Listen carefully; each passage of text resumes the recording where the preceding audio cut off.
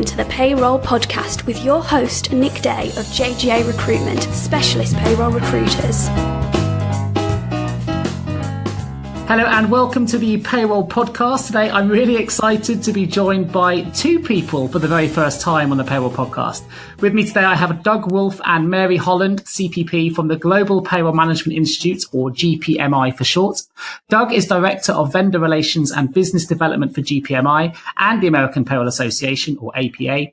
And Mary is Global Director of Strategy, Development and Training for the GPMI. Doug and Mary are both very well known in the world of both US and global payroll. And for those of you that do know them, you will already know they are champions for innovation and technology, along with education and engagement for all things associated with the amazing industry that is payroll. For those not familiar with the GPMI, and I should add here that if you aren't, you really should be if you work in payroll, it's an excellent forum for and website and publication for all matters relating to global payroll. But Mary and Doug are part of the team behind the outstanding content and resources provided by global payroll vendors and other subject matter experts who are all subscribers to the Global Payroll Management Institute, which is an institute that's become the world's leading community for global payroll leaders, managers, practitioners, researchers, and technology experts. You can find out more at www.gpminstitute.com, and I will put a link in the episode notes for those of you that are interested in finding out more. I'm super excited to have Doug and Mary join me today from across the pond for this episode of the Payroll Podcast. So welcome to the two of you. How are you both doing? Nick, I'm thrilled to be here with you today. You and I have followed each other for quite a few years on LinkedIn and Twitter, as we've been in the same social media channels for the payroll industry. And as you probably know, you get familiar with those posting and providing value for the community with nuggets of content, industry news, and perspectives we all share. And I think I can speak for most of us in saying we all seek to share and spread value to elevate the payroll professional wherever they may be located. We want to see them get to a higher level of knowledge, technology understanding, and ultimately strategic contributions to their organizations. Fantastic. Your podcast is so fantastic. It's such a great resource for the industry. So I was honored to accept your invitation to be a part of it and hopefully contribute my thoughts to this episode. So ready to get started on this Payroll Podcast. Fantastic. It was absolutely delighted to have you with me, Doug. And how are you feeling today, Mary? I'm doing excellent, Nick. I'm excited to share about the Global Payroll Management Institute. We are in exciting times as we work and lead payroll teams around the world.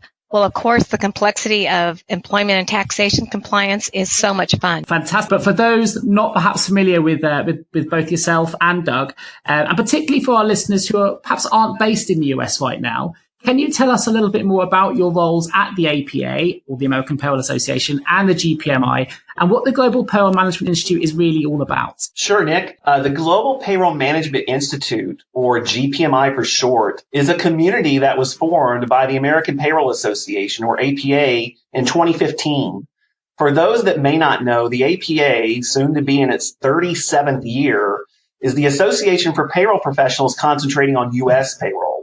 APA serves as the leading education provider, the highly respected collective voice of the industry in Washington, D.C., and the governing body of the industry's most widely recognized certification in U.S. payroll, the CPP, which is the Certified Payroll Professional, and the FPC, the Fundamental Payroll Certification.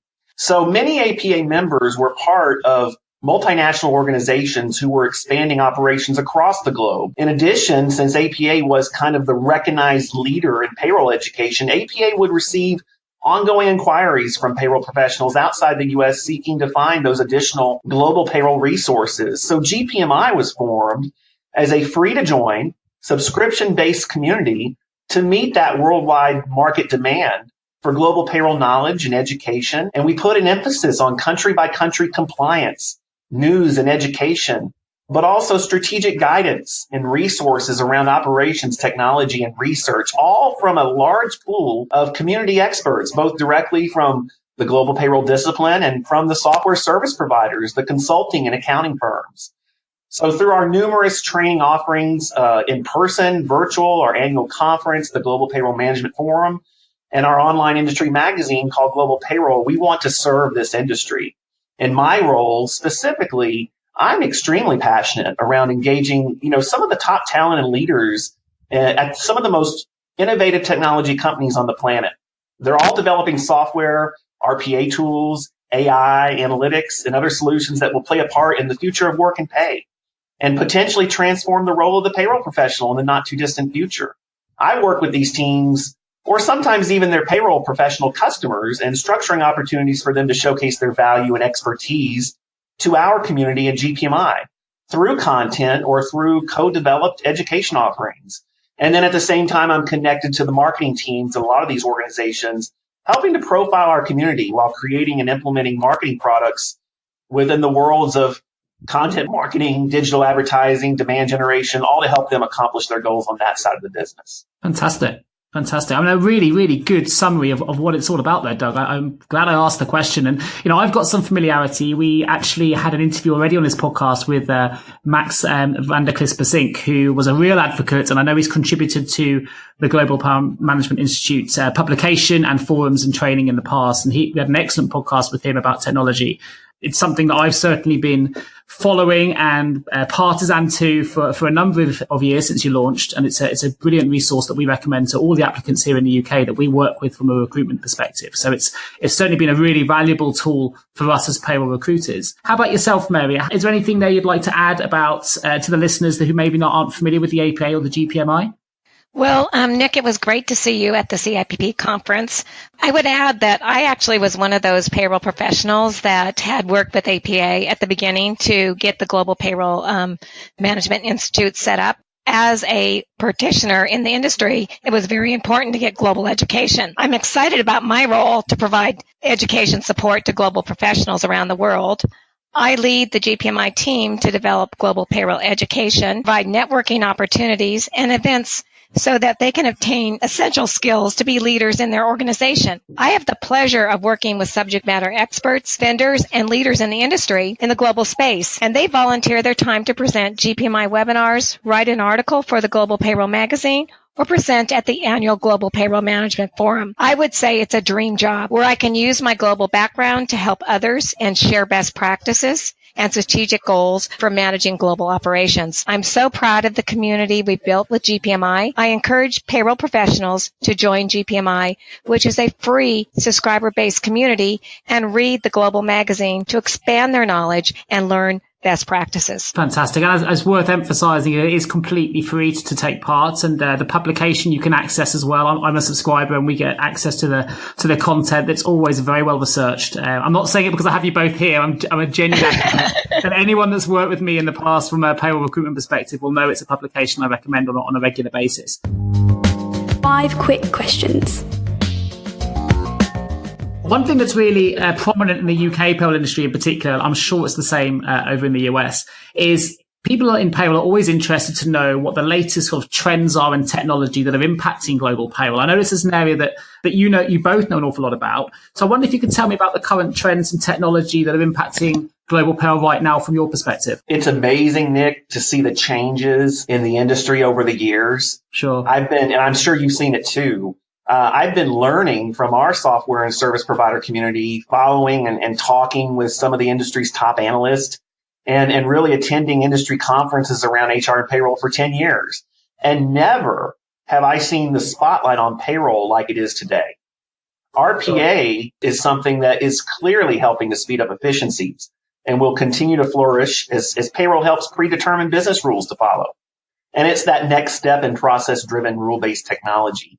Artificial intelligence, AI, certainly has hype everywhere. You're hearing articles, you're seeing content out there around AI, but it's something that I think is slower going. And over the next 5 to 10 years, that data-driven solution, like AI and machine learning, which relies on the quality of data for the algorithms to perform, will begin to rise as well. For now, absolutely, and I think Mary would agree, there's still no replacing a qualified payroll professional. And Nick, I think you would echo that too, and the value 100%. That they bring to the organization. So there's no opportunity going on where jobs are going to be lost. In fact, it's more of an opportunity for a payroll professional to rise to a more strategic level, I think, in their organization. So another recent trend I'll touch on is what we're seeing as on-demand pay or flexible pay with the gig economy. Remote work, freelancing, ride sharing, combining that innovation going on and change going on in work with younger millennials and Generation Z who are just looking at a completely different way of where they want to work and how they want to work. And so companies that can offer on-demand or flexible type pay solutions are really starting to get competitive because they're looking at it as a retention tool and they're looking at it as a differentiator to attract top talent to their organizations. One of the flagship resources from GPMI that payroll pros everywhere can take advantage of is that we have many of these SMEs or subject matter experts from these technology companies and software companies who are developing these innovations in HR and payroll. And they deliver free webinars for our audience where they're presenting this knowledge around these topics. And these webinars are done live and they're available on demand. I've personally been privileged to have made connections with some of the outstanding teams, companies such as Nelson Hall, ADP, Workday, Amitis, Ceridian, Niamo, just to name a few. They all donate their expertise to our audience to help provide some of this valuable content and education around these trends that are going on. The good thing is some of those names you mentioned are names that are very familiar to us in the UK as well. Interestingly, you mentioned the spotlight. There's a spotlight on payroll, and that's one of the big advantages, I think, of RPA at the moment. It's brought payroll right into the spotlight. A lot of people might be nervous about it, but as you say, completely agree. It's a real opportunity for payroll professionals to focus on the strategic element. And it's actually quite nice to have payroll in the spotlight for once. And I think it's really brought it to the forefront of business leaders' minds and boardroom meetings to really discuss it at a more strategic level. So I think it's a good thing. And you mentioned FlexiPay. It's relatively new as a concept, I think, here in the UK. We're just starting to see a couple of solutions on flexible pay coming through now, and a couple of businesses solely focused on that kind of solution. I don't know if it's more prevalent in the US, but I think it's kind of just starting to get some traction here in the UK at the moment. How about yourself, Mary? Well, I'm going to agree with Doug. We're in exciting times, especially for payroll professionals to kind of up their career and have more exciting things to do than just process payroll. With the technology available and we have industry leaders contributing with GPMI, we have great resources and tools to be able to help our payroll professionals. 10 years ago, when I first started teaching the Global Payroll Management Certificate Program, I would tell my students that my crystal ball vision is we will have more global vendors and provider choices available with technology and support to provide good education and opportunities to network. I'm really excited to see what's happened in the last 10 years. We do have more vendors, as Doug was mentioning, the different vendor services that we have that provide choices for employers to choose and also payroll professionals to use to support their industry. And when you find a vendor, it's really going to be important to make sure that that technology is going to work with your particular company. So as a payroll professional, you need to make sure that you're spending time connecting with them, meeting them, and making sure it's the correct solution for your company and your particular company's culture, because each one is different. Sure. So as Global Director of Strategy Development and Training, Mary, at the moment, what are you seeing as being sort of the key compliance challenges that's affecting global payroll right now? And do you think these challenges are similar or different to those that US payroll managers are facing? Well, Nick, if we look in the United States, we have 50 different states with different taxation rules and requirements. In fact, in my home state of California, payroll professionals need to look at local cities, which have regulation items regarding minimum wage and state pay, sick pay requirements. And the entire state, believe it or not, is looking at data privacy regulations that are coming in effect in 2020, which are very similar to GDPR. Okay. I would say the advantage that U.S. professionals have is we have the American Payroll Association, which has a library of books and courses. The challenge outside of the United States is to find each country's employment and taxation regulations, which becomes more complex when the requirements are in local language. Just imagine having to do research if you're doing research in China. You're going to get a Chinese version, and you need to figure out, is there an English version to find out what the regulations and the complexities are? Sure. The next question that really comes up is, what talent do you have in your organization to meet compliance? What resources do you have, and do you have it documented and have assigned owners? Many of the requirements involve working very closely with HR. And for example, if you need to register an employee in Italy, the employee needs to be registered on day one of hire. Many organizations are moving towards a compliance owner role, which I would highly recommend. And this team is responsible for all of the compliance for the organization and then would triage with local support and also outside services if needed.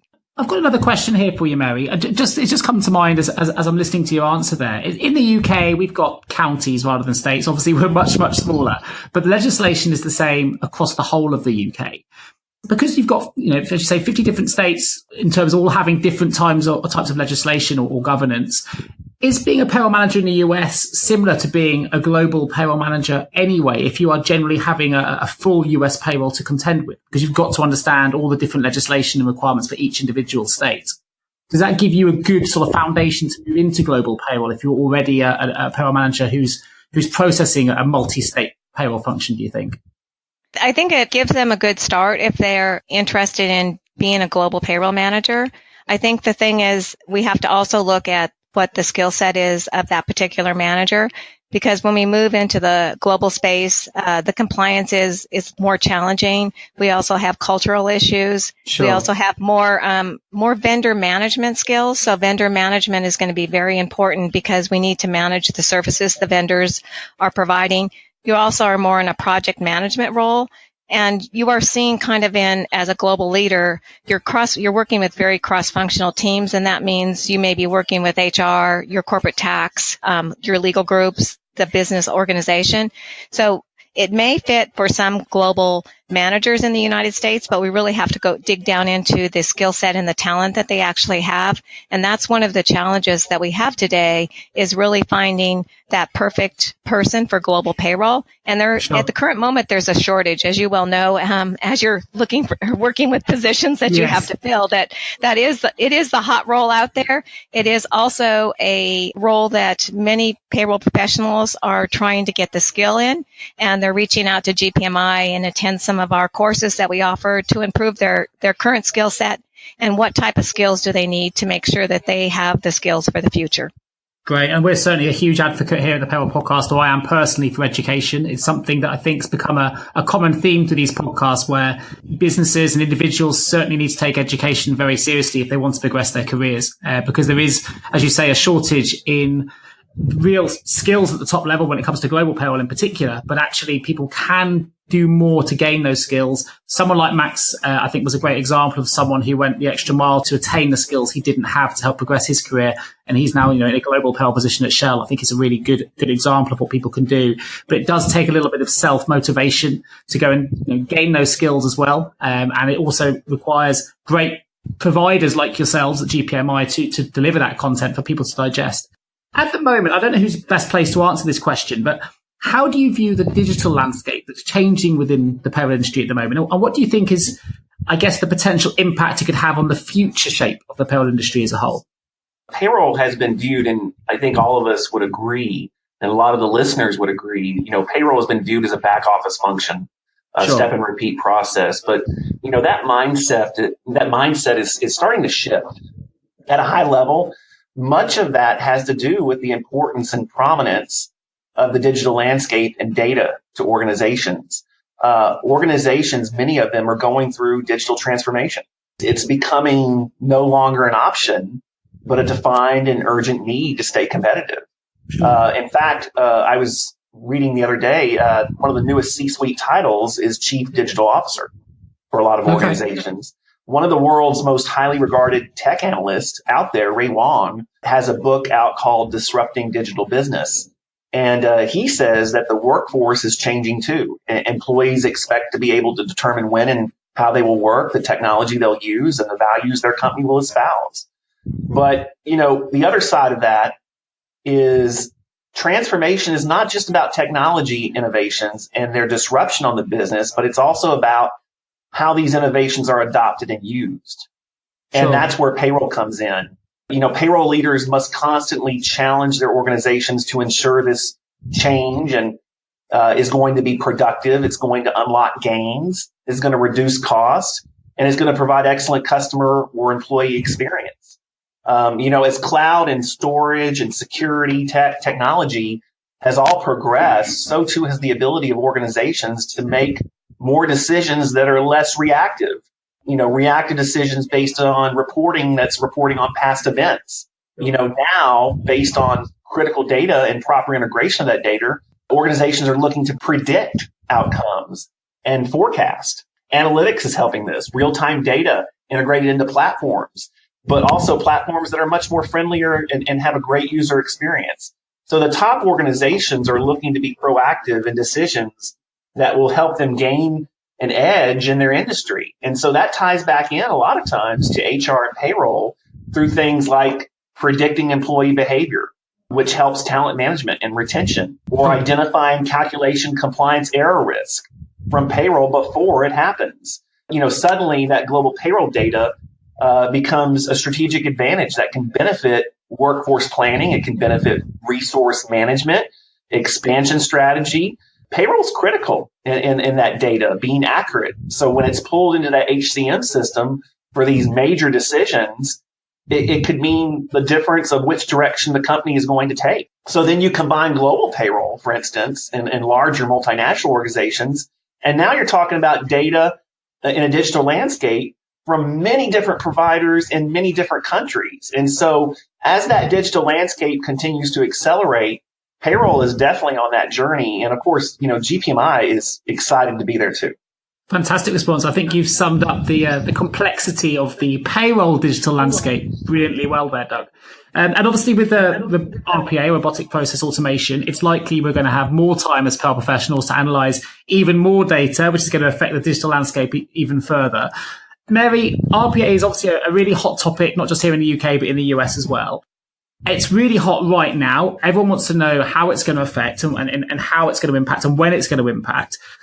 The reason for that is because it clearly provides opportunities for businesses to streamline their payroll process with automation. So what's your take at the GPMI on RPA?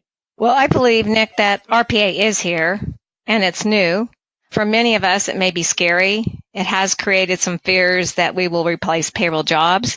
Often I think that we have this image that the robot's going to be sitting at our desk, the bot's going to be sitting at our desk as a person.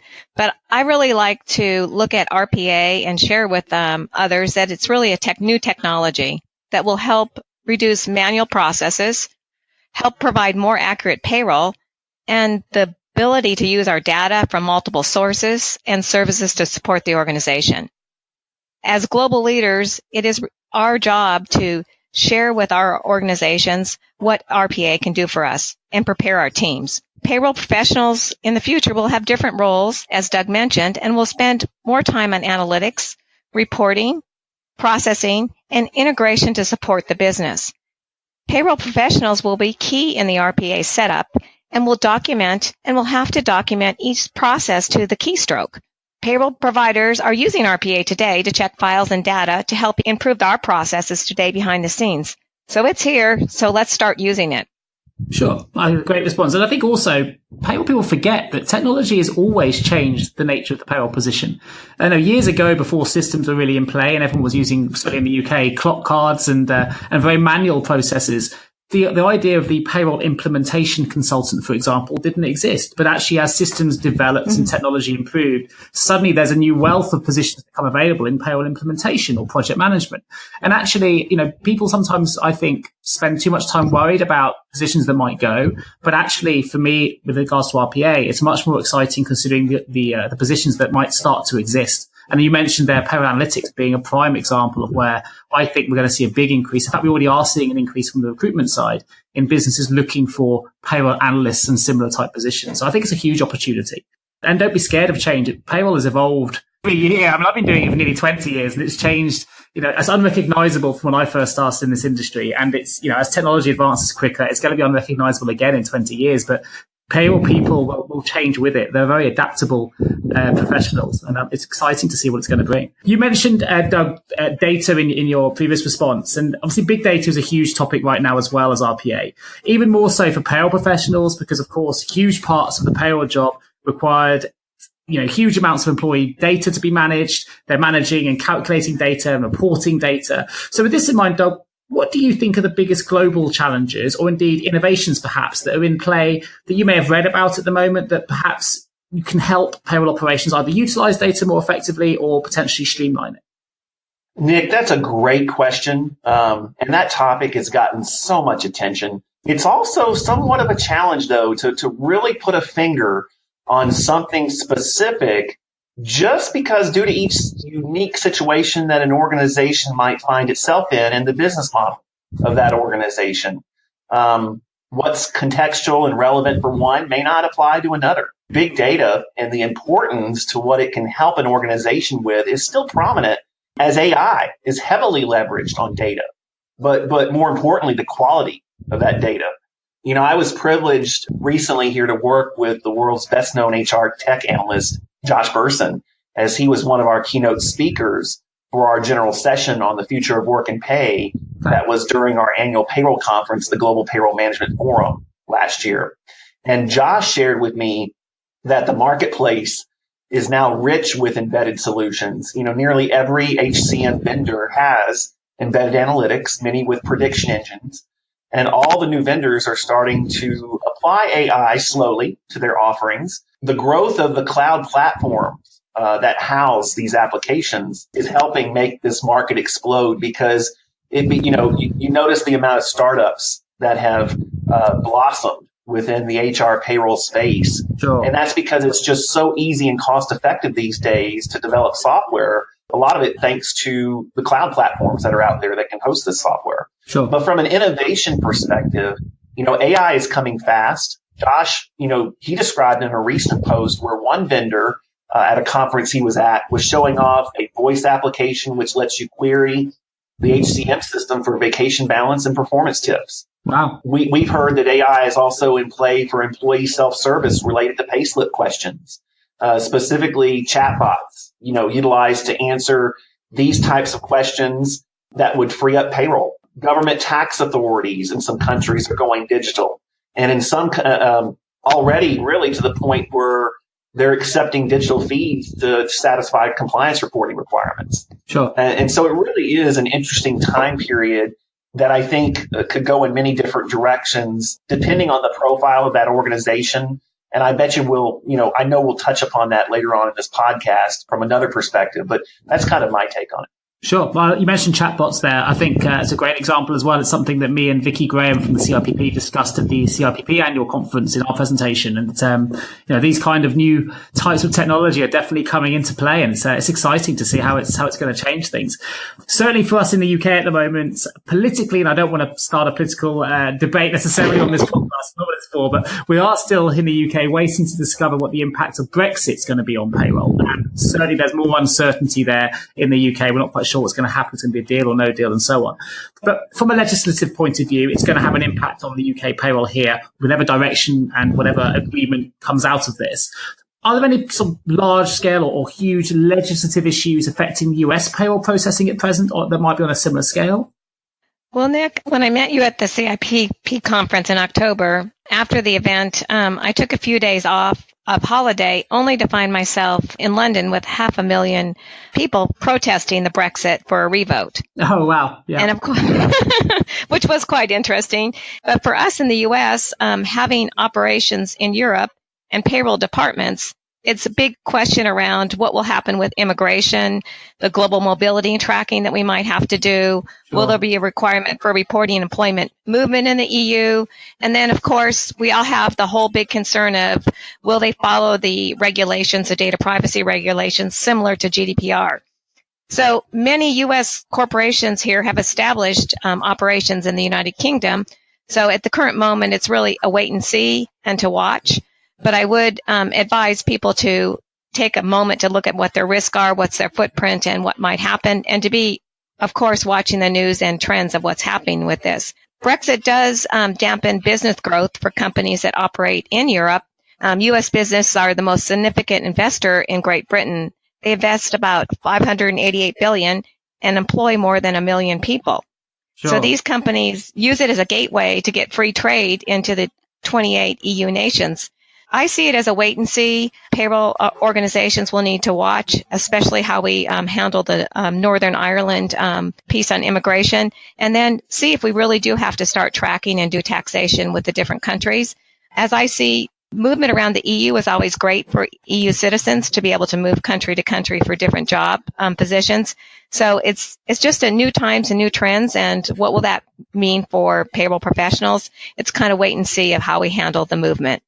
Sure. And it's good to know that the GPMI are already watching it. So if and when the decisions are made, I'm sure there'll be a lot of good, relevant content for people who are worried about how it affects them from a global legislation perspective, that they know where they can go as a resource to get themselves fully clued up with any changes that are finalised.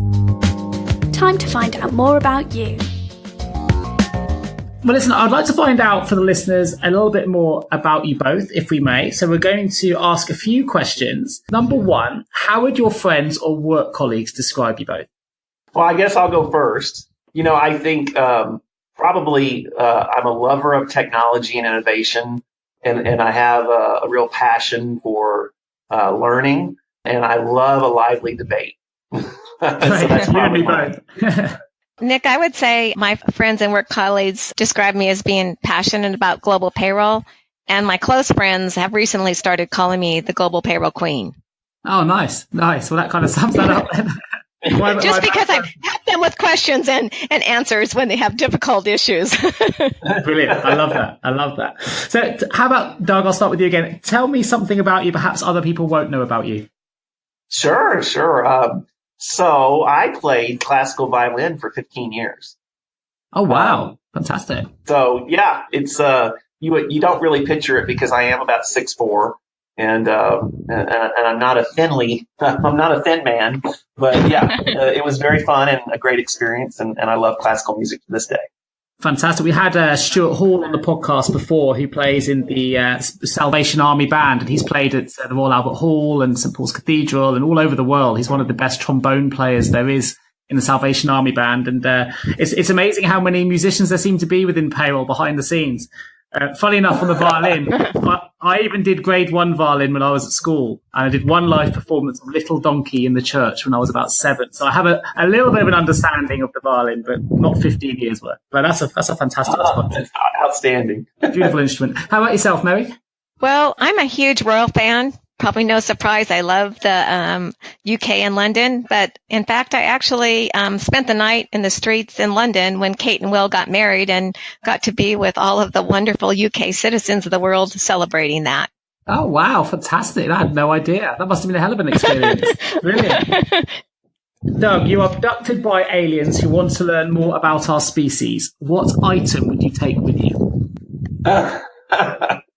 Oh, man, Nick. I hate to say it. I'm going to say one of those answers, but I think it's going to have to be my phone. Your phone. So I usually phone or iPad. It's a common response. Why your phone? I would have to be able to stay in touch and take pictures because I have 3 little girls, 7, 5, and 1. Fantastic. And my 7-year-old, my 5-year-old would be so excited that I got abducted by aliens that they would be wanting me to send them as many pictures as possible, regardless of what happens to me. Brilliant. I love the fact you said they're a bit excited rather than concerned. That's probably the same response my little ones would give me as well. Oh, wow, that's amazing. How about yourself, Mary?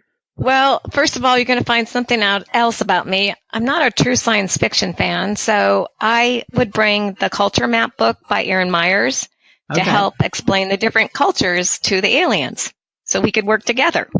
Brilliant. Collaborative. Love it. You may have already lent towards the answer to this, Doug, with your 15 years experience, but maybe I'm wrong. What game or instrument would you teach them? I would be really apprehensive on, whether or not they got frustrated and would take out their frustrations on me. And so I would prefer to keep it simple and probably teach them rock, paper, scissors. Okay, fabulous. I like the answer. I like the thinking behind that answer. Very good. How about yourself, Mary? I would teach them or play with them payday so they could get a quick view of the complexity of payroll and how important payday is around the world. Great. I love it. This passion for payroll coming out even in the little bit about you section. Knows what drives you behind the scenes. What would you tell them about humans, Doug? I think probably all humans have inherent kindness and feelings within them. Nice. I like that. How about yourself, Mary? Mine is based around my travels around the world, and I feel like every person in the world is working to support their family and want to enjoy life. But in some countries, it's a little bit more difficult than others. Sure. Great. What about the truth that you'd hold back? Let me start with you, Mary. What truth would you hold back? I would hold back greed. I like that. How about yourself, Doug? Oh, man. I think I would hold back ego. Ego. Why ego? At least in the human world, interfere with communication. Sure. I think that's probably quite closely aligned with greed as well for Mary. I think the two things sometimes go hand in hand.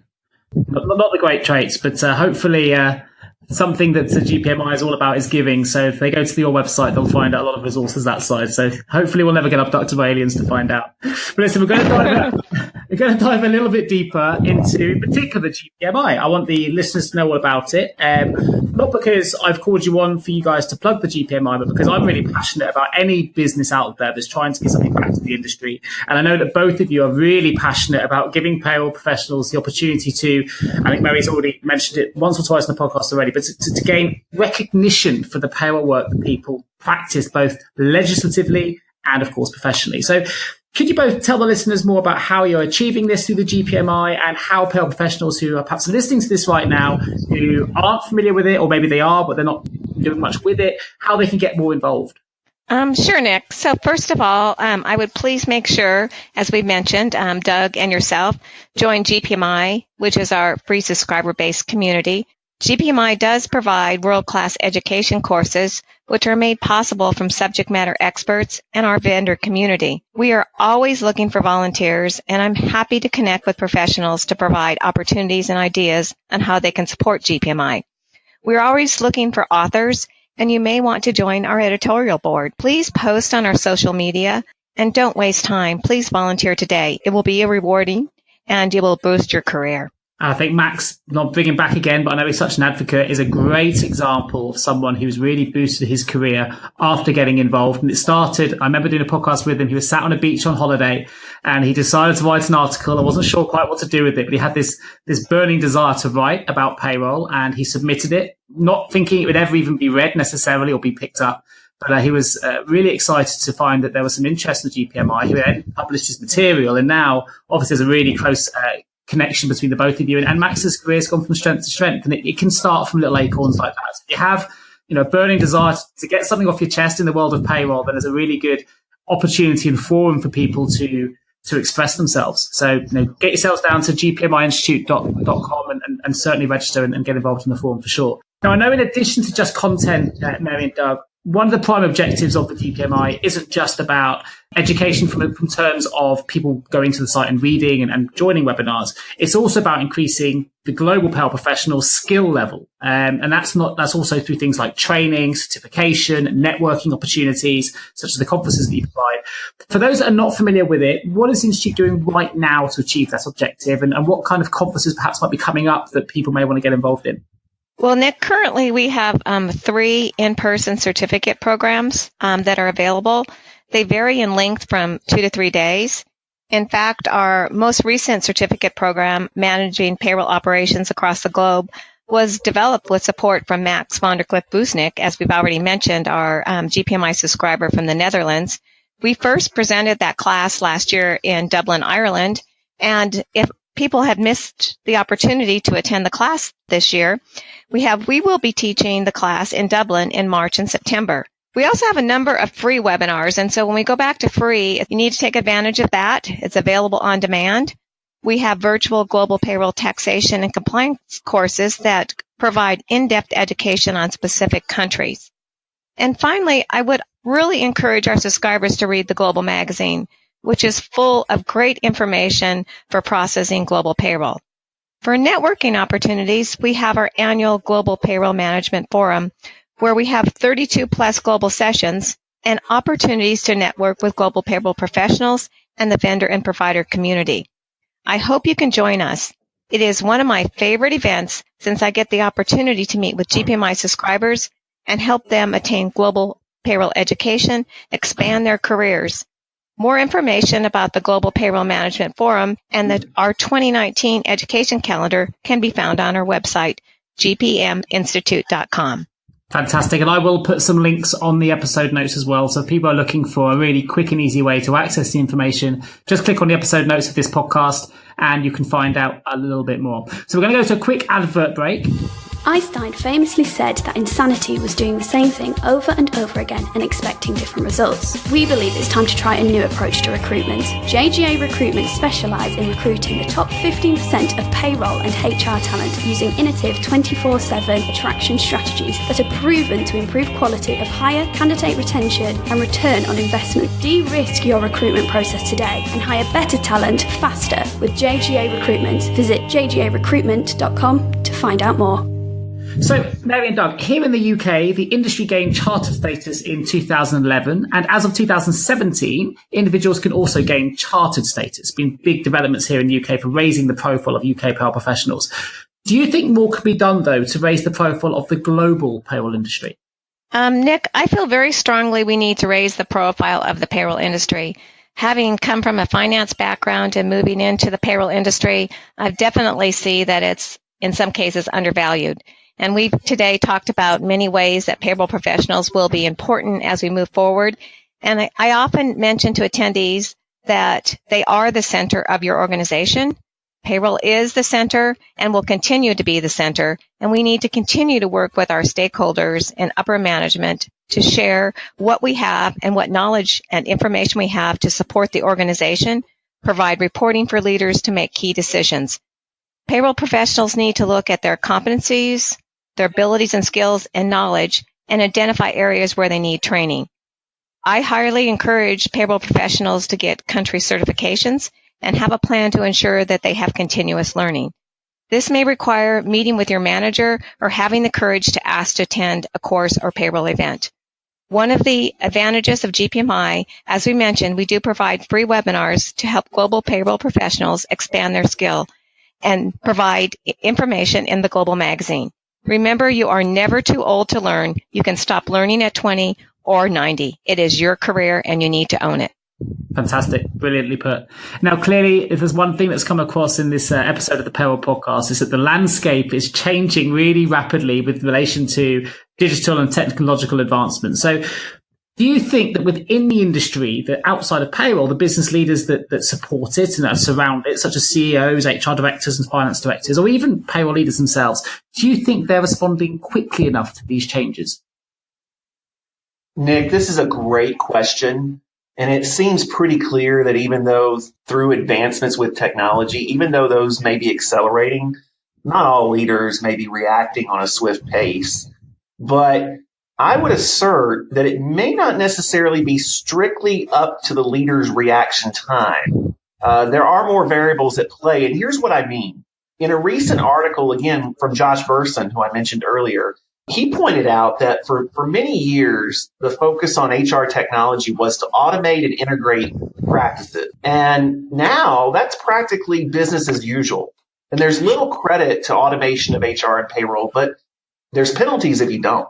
Sure. However, according to his high impact HR research, 45% of companies are still focused on basic process automation. Wow. That reduces that acceleration of advancement to a certain degree. Now, also, there's getting to the cloud. It's not a fast process for organizations, especially larger organizations. Josh's research shows that only 40% of companies right now are using cloud HCM solutions. And so, in some conversations that I've had, Josh shared that in his 2018 HR Tech Disruptions report, it references that many companies are still on a very long journey with technology, and it's due to the sheer complexity of it all. And here's what I mean regarding that. I'll just give you a couple of stats here. Sure. The average large corporation has 15 or more systems of record. Wow. And it's not unusual for companies to have 20 plus payroll systems, simply because of those difficulties of following employment laws in different countries. This means that to get a single view of the workforce, which doesn't even include contingent gig workers, part-time, organizations often have to buy a whole new ERP system and consolidate all these silos, all these islands of automation. So when asking companies why they are spending $20 to $40 million on a new HRMS platform, many of them are saying we need better data. We need better analytics. But again, it's a long journey. Josh points out too that, and I think this is relevant in the context of what we're talking about, but HR technology and payroll services markets are not quite the same, right? One is a software model and a software business. The other is more of a service business. Sure. But as companies are becoming more global, they face challenges of global payroll complexity. So many of those payroll-centric vendors like ADP, like Ceridian, Paylocity, SAP, they're all growing as well because they want to offer hybrid managed payroll services options with their cloud solution. ADP is a great example of a vendor that is completely re-engineering their payroll engine, recently talking about that during their analyst day. Of course, you can only grow if there's demand for it. So that shows that if they're all growing and developing, there must be a real demand for it from leaders.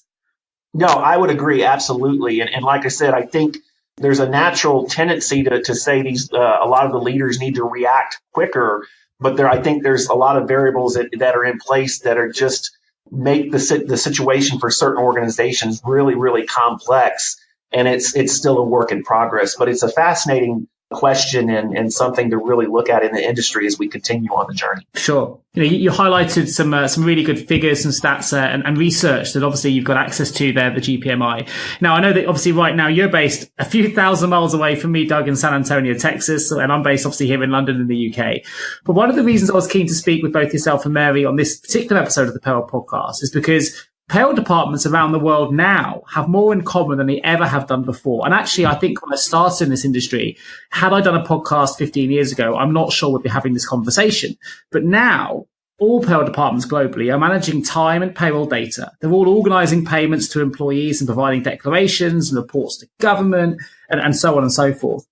But I also appreciate that these processes are managed, that the way these processes are managed can differ greatly from country to country.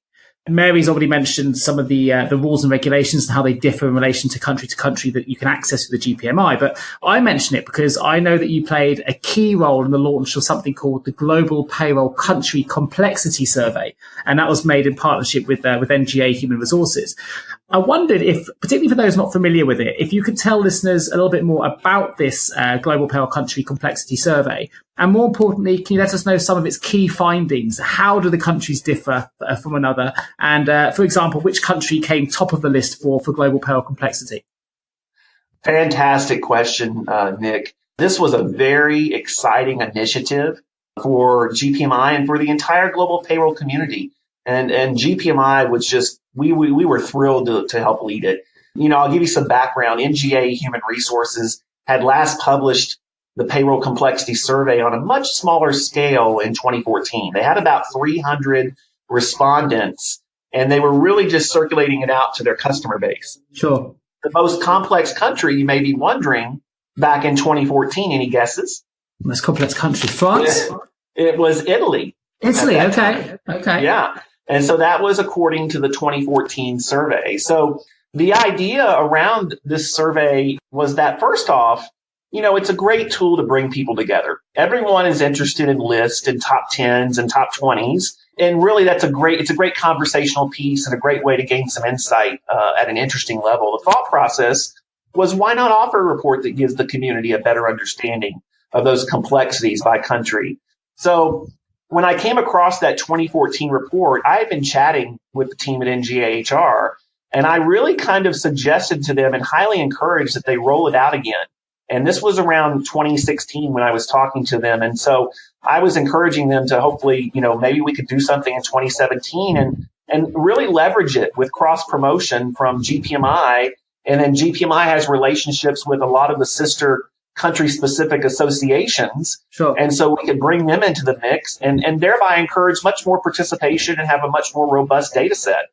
So we persuaded NGA HR to roll out that survey for 2017 in the spring. And we proposed to bring all these country-specific associations together to promote it. So we ended up getting APA from the U.S., CIPP, the Chartered Institute of Payroll Professionals from the U.K., the Canadian Payroll Association, the Association for Payroll Specialists, which was TAPS in Australia, and the South African Payroll Association, SAPA.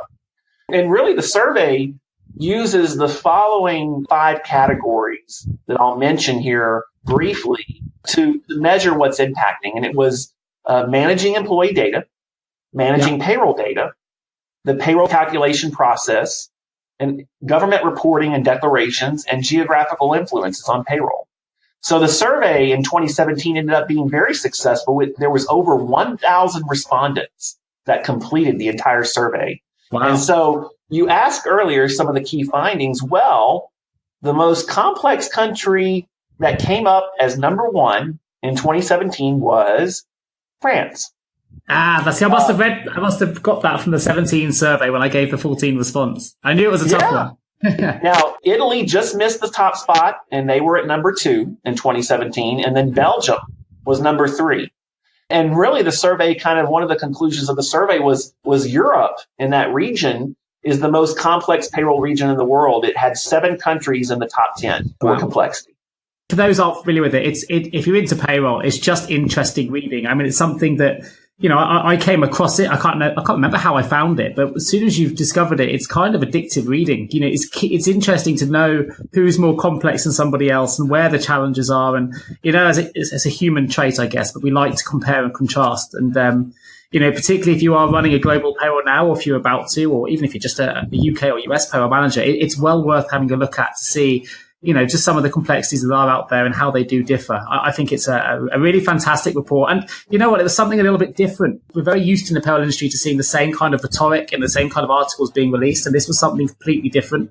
I love the fact, as you say, that it was done in table form, so you can see who's top and who's bottom and who's made it into the top 10. And actually, from a recruitment perspective, so perhaps I see it slightly differently.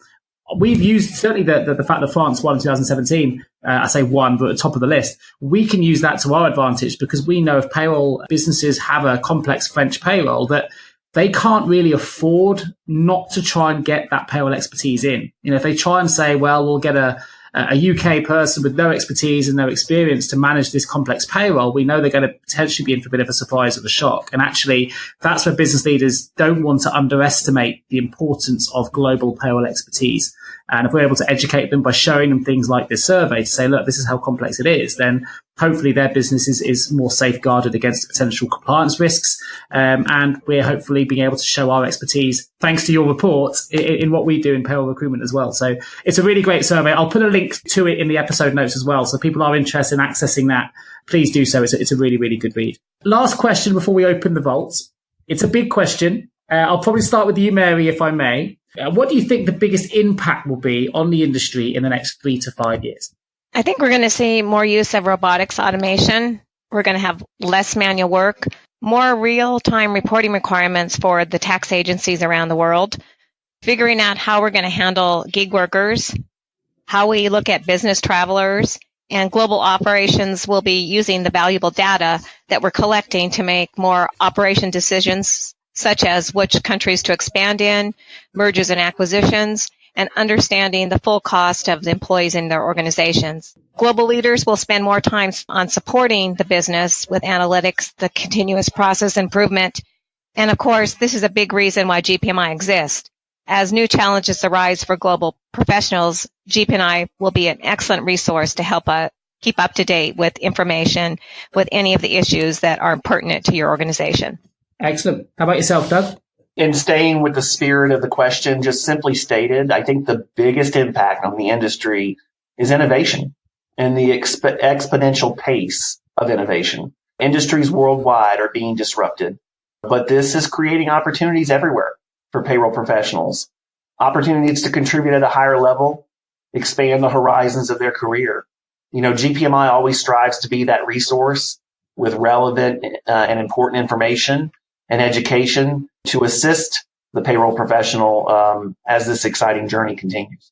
Great. Fantastic. I think it wasn't part of my question, but I know that Mary mentioned it earlier, which is Generation Z, and how they are adopting technology differently to the way we adopt it now. I think if we looked at the biggest impact potentially for a longer term, maybe 10 to 15 years, or maybe 10 years is more precise, I think it's going to be interesting how it changes because Generation Z use technology very differently to how I would use it. And, myself and Vicky did some research to talk about the death of email, that Generation Z now are only really communicating via messenger apps and similar kinds of technology. And it all kind of links to that, as you say, that technological innovations that are coming in. And I think we've got a cultural change in workforce mentality as well that's going to come in and really affect the market over the next 5 to 10 years. So it's going to be exciting to see how it changes. And I'm sure that, I know GPMI will be right at the heartbeat of that and educating those to those changes. So fantastic. I've really enjoyed going through those questions. But what I would like to do is open the vault. Entering the vault. Mary, if I can start with you, one piece of advice you would give to someone working in payroll right now? I would tell them to find a job that provides passion and something you enjoy. Payroll has many different careers that you can take your career path through. It may be implementation, project management, consulting, robotics, payroll manager, might be an IT owner. You could be a payroll accountant, maybe a compliance manager, or even be working on software development and new roles like data scientists that are going to evaluate all of our analytics for global payroll around the world. Brilliant response. I need to get you into recruitment, Mary. You could sell. With all those career opportunities. It's fantastic. How about yourself, Doug? For me, it's learning. Never stop learning. That's applicable whether someone's in payroll or someone is in any field. Our keynote speaker for our Global Payroll Management Forum this coming year will be a gentleman named Vivek Wadhwa. And Vivek is a fellow at Carnegie Mellon University, Silicon Valley campus, and he's also a fellow at Harvard Law School. He's very in touch with technology. He's a former startup CFO, CTO. He's been around startups his whole career. And he said, and he'll be talking about disruption in the space at our conference. And the one piece of advice he gave was, it'll cost you if you stop learning. In the old days, you could go to school, you could get your degree, and you would work at your job, and that was that. But nowadays, the average career is less than 5 years before there's a transition or a move. And so the only person that is in charge of your own development is yourself. And so never stop learning. Always look and see if you can gain some more knowledge in any particular field you're in. As Albert Einstein, which I'm a big fan of, and our website has a lot of Einstein quotes, but he once said, once you stop learning, you start dying. I like that. Oh, that's fantastic. Love that. Now, you mentioned the keynote speaker. It's probably a good opportunity to bring it up.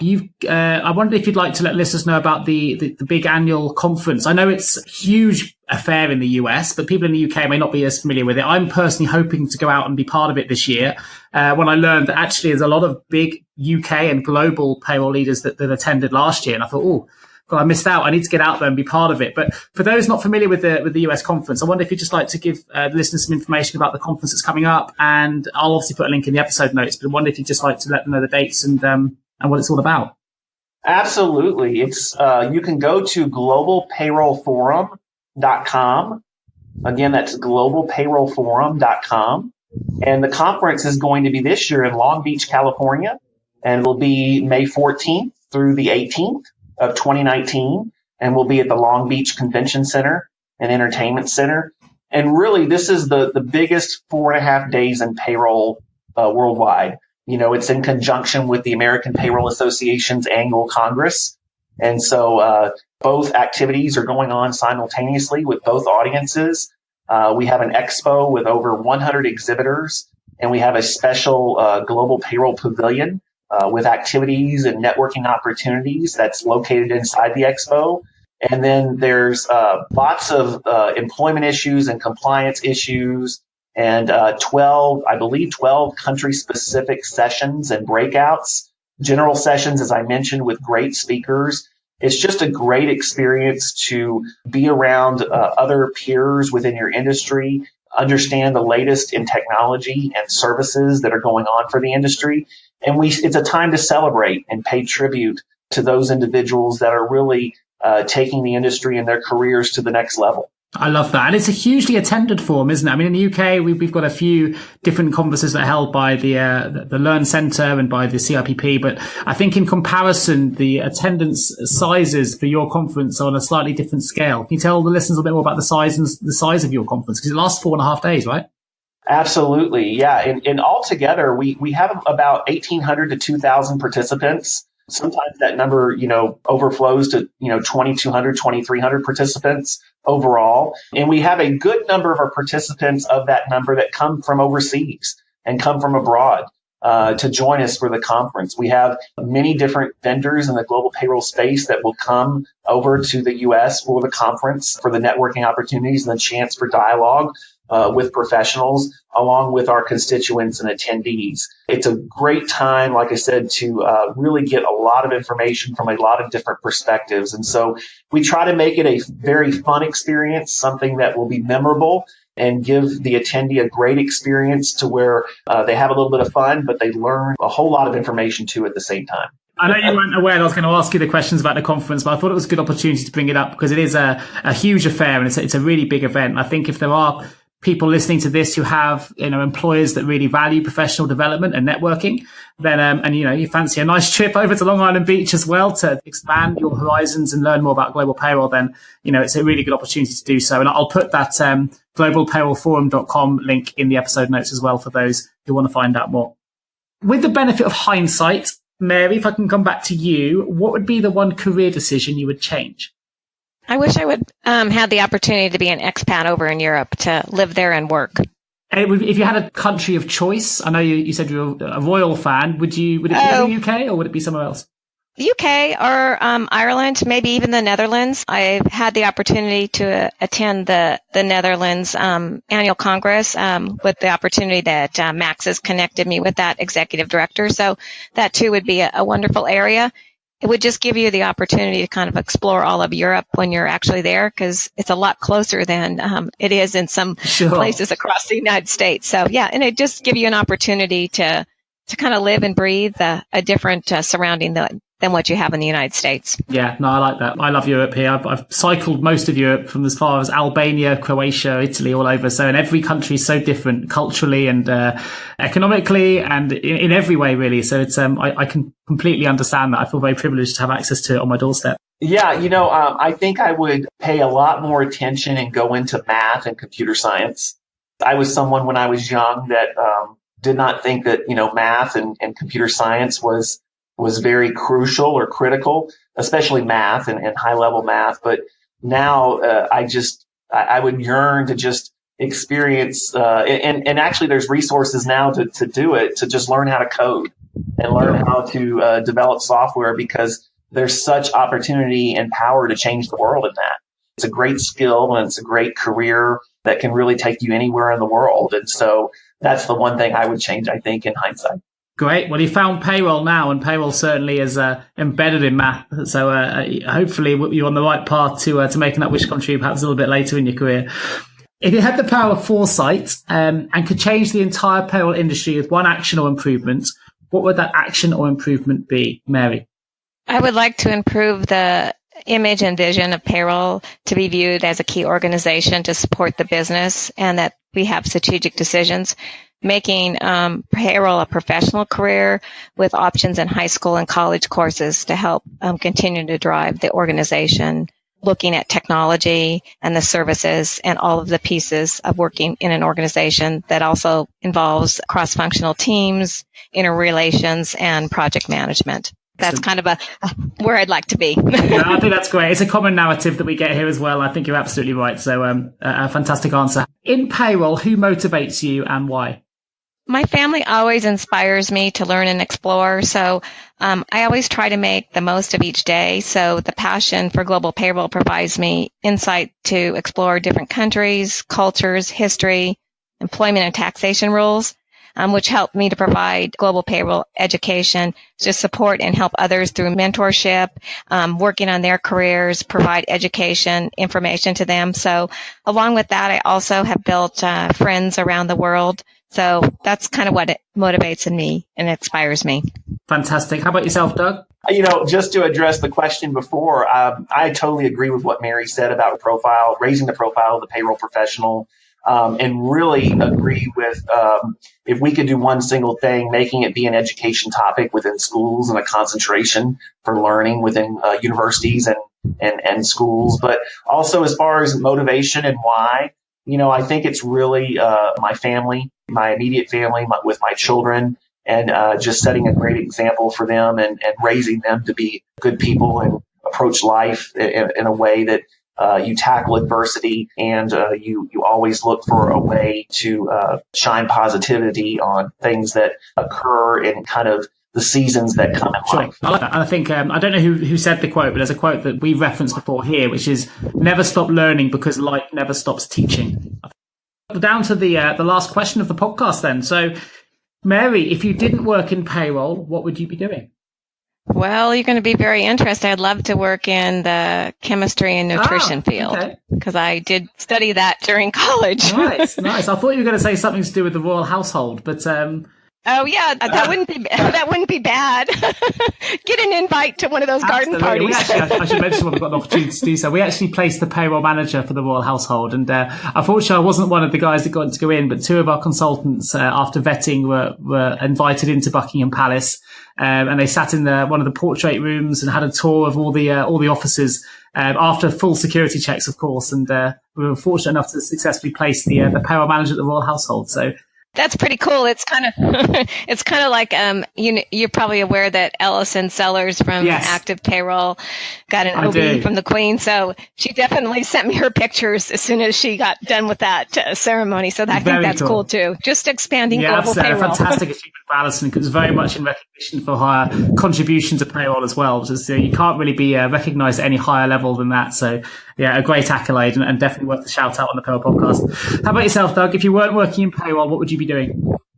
Oh, goodness. I'm really not in payroll, ex-payroll pro like Mary is. My roots are in marketing and content, and that's really a passion that I have, and really the science that's becoming thanks to data. Again, imagine that, right? Data's impacting a lot of different fields for us, but I love that aspect of it. So I'm sure, I love innovation. I love the startup community and entrepreneurship and what that's bringing to the table for many different industries. So I'm sure I'd be doing something interesting in that field. But yeah, I love the marketing that I'm doing. Great. Well, your passion for innovation definitely comes across. That definitely comes across, or certainly to me on this podcast anyway. So I'm sure it will to listeners out there as well.